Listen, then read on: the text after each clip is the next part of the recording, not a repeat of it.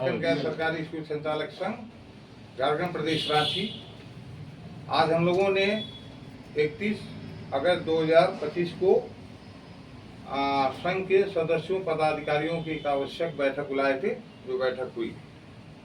इस बैठक में हम लोगों ने सभी सदस्यों को यह सूचना दिया कि माननीय झारखंड उच्च न्यायालय के द्वारा जो हम लोगों का WPC 6097/2019 का जो याचिका था, जिसमें उन्होंने 2 मई 2025 को फैसला सुनाया था, जिसमें से 1 लाख रुपये फिक्स डिपोजिट और 12,500 और 25,000 जो शुल्क जमा करना होता था प्रपत्र 1 के साथ, उसको निरस्त कर दिया कि शुल्क नहीं जमा करना। तो लेकिन बाकी जो हम लोग का डिमांड था, जो झारखंड निःशुल्क एवं अनिवार्य बाल शिक्षा का अधिकार प्रथम संशोधन नियमावली 2019 के जो कानून को हम लोगों ने चुनौती दिया था विभिन्न प्रावधानों को लेकर के, तो उसको अनुरूप जो है हम लोगों को न्याय नहीं मिला। तो हम लोगों ने सर्वोच्च न्यायालय नई दिल्ली भारत में हम लोगों ने एक अपील याचिका फाइल किया 27 जून 2025 को, जिसका सुनवाई प्रथम सुनवाई माननीय सुप्रीम कोर्ट की खंडपीठ ने 25 जुलाई 2025 को सुनवाई किया, जिसमें हमारे अधिवक्ता श्री राकेश कुमार सिंह ने, वरीय अधिवक्ता सुप्रीम कोर्ट ने, संघ की ओर से अपना पक्ष को रखा। तो माननीय न्यायालय ने इस केस को सुनने लायक समझा और एडमिट करते हुए झारखंड सरकार, स्कूली शिक्षा एवं साक्षरता विभाग के सचिव एवं जिला शिक्षक अधीक्षक अन्य प्रतिवादियों को नोटिस जारी करने का उन्होंने आदेश पारित किया और 16 सितंबर 2025 को सुनवाई के लिए सूचीबद्ध किया। हम लोगों सरकार का मांग है कि जब तक, क्योंकि हम लोगों ने अभी जो आपका जिला शिक्षक अधीक्षक कार्यालय चतरा, लोहरदगा, पलामू ने लिखा कि झारखंड निःशुल्क एवं अनिवार्य बाल शिक्षा का अधिकार प्रथम संशोधन नियमावली 2019 के कानून के तहत आप लोग मान्यता प्रपत्र पोर्टल ऑनलाइन जमा करें। इसमें माननीय न्यायालय में जब हम लोग जा चुके हैं, उसके एक्ट को चुनौती दे चुके हैं, तो हमने अपने सदस्यों ने आम सहमति से प्रस्ताव पारित किया कि हम लोग प्रपत्र 1 नहीं जमा करेंगे इस एक्ट के तहत, जब तक माननीय सुप्रीम कोर्ट द्वारा इस केस का फैसला नहीं हो जाता है, तब तक हम लोग इंतजार करेंगे। फैसले के बाद जो होगा उसके आधार पर हम लोग कोई आगे रणनीति या फैसले पे काम करेंगे। तब तक हम लोग माननीय स्कूली शिक्षा एवं साक्षरता विभाग के सचिव श्री उमाशंकर सिंह एवं जिला शिक्षक अधीक्षक जो सभी 24 जिला के, उनसे अनुरोध करते हैं कि विशेषकर चूंकि हम लोग झारखंड गैर सरकारी स्कूल संचालक संघ सुप्रीम कोर्ट में अपील कर चुका है, तो जो हमारे संघ के सदस्य हैं उनके स्कूल को बंद करने जैसे पीड़क कार्रवाई ना करें तब तक, जब तक माननीय सुप्रीम कोर्ट द्वारा कोई फैसला नहीं हो जाता है। हाँ, और बाकी सदस्यों के बारे में तो हम नहीं बता सकते हैं, अन्य एसोसिएशन के बारे में नहीं कह सकते हैं कि उन्होंने क्या किया, लेकिन हमारे संघ के सदस्यों में कोई इस संबंध में 7 सितंबर 2025 को हम सदस्यों को की तरफ से स्कूली साक्षरता विभाग को एक पत्र लिख करके उनको सूचना देंगे कि हमारे सदस्य इन पर कोई पीड़क कार्रवाई न करे। जब तक सुप्रीम कोर्ट का फैसला ना हो जाता तब तक हम लोग उनका इंतजार करेंगे और उस सदस्यों की सूची भी फाइल करेंगे इस बात करके, और पत्राचार जो है तैयार करके उसी बैठक में हम लोग निर्णय करके भेजेंगे।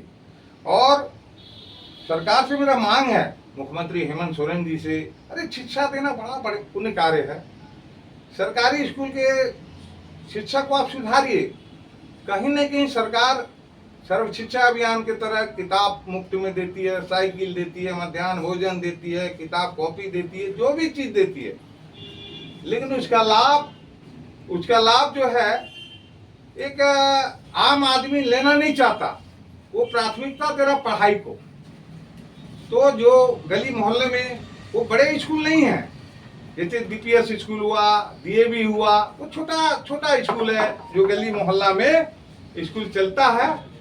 हाँ, तो वहाँ पर जो है हम लोग जो है वो स्कूल के तरफ महंगा फीस नहीं लेते हैं, कोई डोनेशन नहीं लेते हैं ना, हम लोग को सरकार भी कोई तरह से मदद नहीं करता।